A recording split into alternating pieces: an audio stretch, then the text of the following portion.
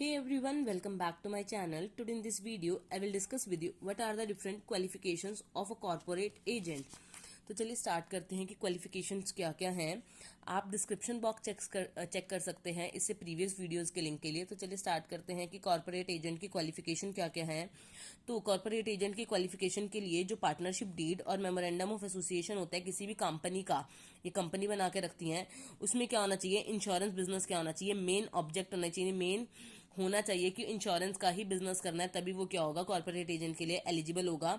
और corporate agent के लिए जो क्वालिफिकेशन है उसमें क्या होना चाहिए कि जहां पर्सन ने अपनी 12th पास कर रखी हो वहां पे क्या होना चाहिए, मोर देन 500 पॉपुलेशन होनी चाहिए उस ईयर की जहां जब उसने 12th पास की है। और अगर 10th की बात की जाए तो वहां पे लेस देन 5000 पॉपुलेशन होनी चाहिए। The executive and the specified person should not suffer from any disqualification। और उस पर्सन को कोई भी वो वाली डिस्क्वालिफिकेशन नहीं होनी चाहिए जो सेक्शन 42 में मेंशन है। और कोई एजेंट बनने के लिए जो जो डिस्क्वालिफिकेशन थे उसका लिंक भी डिस्क्रिप्शन में, आप वहां से चेक कर सकते हैं कि कौन कौन सी डिस्क्वालिफिकेशन है। वो डिस्क्वालिफिकेशन उस पर्सन को नहीं होनी चाहिए तो वो क्या माना जाएगा, कॉर्पोरेट एजेंट के लिए उसकी क्वालिफिकेशन मानी जाएगी। अब बात आती है कि पर्सन को अगर ट्रेनिंग करनी है तो ट्रेनिंग के लिए क्या क्या रिक्वायरमेंट है।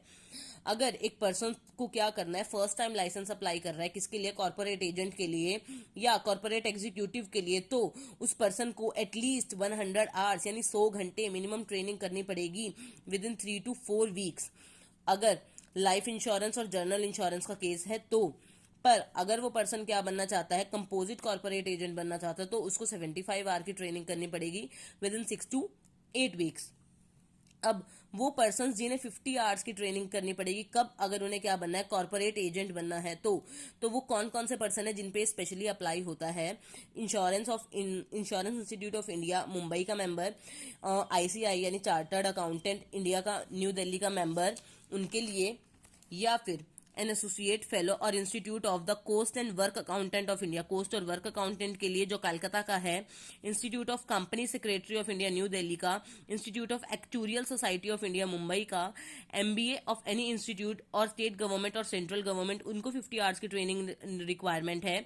या फिर एसोसिएशन जो है इंडियन इंस्टीट्यूट ऑफ बैंकर्स, उन्हें, या फिर personal professional qualification in marketing in कोई भी इंस्टीट्यूट से जो गवर्नमेंट के अंडर आता है या सेंट्रल गवर्नमेंट के अंडर आता है, स्टेट गवर्नमेंट या सेंट्रल गवर्नमेंट के अंदर कोई भी प्रोफेशनल क्वालिफिकेशन का इंस्टीट्यूट आएगा, तो इन लोगों को क्या करनी पड़ेगी, मिनिमम 50 आवर्स की ट्रेनिंग अटेंड करनी पड़ेगी। अदरवाइज क्या है, 100 आवर्स की ट्रेनिंग है, 75 आवर्स की ट्रेनिंग है।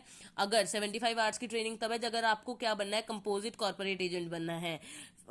100 आवर्स की ट्रेनिंग जब है जब आपको जर्नल इंश्योरर बनना है। पर अगर ये लोग भी कंपोजिट कॉर्पोरेट एजेंट बनना चाहते हैं तो इन्हें मिनिमम 70 आवर्स की ट्रेनिंग करनी पड़ेगी। अब इन पर्सन्स ने ट्रेनिंग तो कर ली, तो अब कॉर्पोरेट एजेंट के लिए एप्लीकेंट को क्या करना पड़ेगा, प्री रिक्रूटमेंट एग्जाम पास करना पड़ेगा, जो लाइफ के या जर्नल इंश्योरेंस या दोनों के लिए होता है।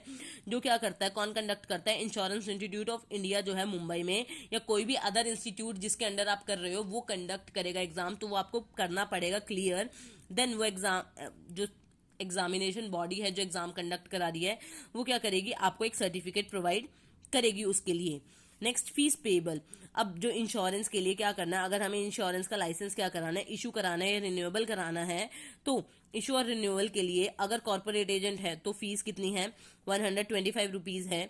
अगर स्पेसिफाइड पर्सन है कॉर्पोरेट एजेंट का और इंश्योरेंस का दोनों लाइसेंस अप्लाई करना चाहता है, every specified person of the corporate agent, वो क्या करना चाहता है, अगर कॉर्पोरेट एजेंट के लिए स्पेसिफाइली क्या करना चाहता है, लाइसेंस अप्लाई करना चाहता है, तो उसे क्या करनी पड़ेगी, उसके सर्टिफिकेट के लिए अप्लाई करना चाहता है तो उसे कितने रुपीज पे करने पड़ेंगे, 375 रुपीज पे करने पड़ेंगे। ये था कॉर्पोरेट एजेंट के बारे में। अगर आपको इससे रिलेटेड कुछ डाउट है तो आप मुझे कमेंट सेक्शन के थ्रू पूछ सकते हैं और आप मुझे और वीडियोस भी रिकमेंड कर सकते हैं कि आपको किन टॉपिक्स पे चाहिए। Stay tuned for more videos and thank you for watching this.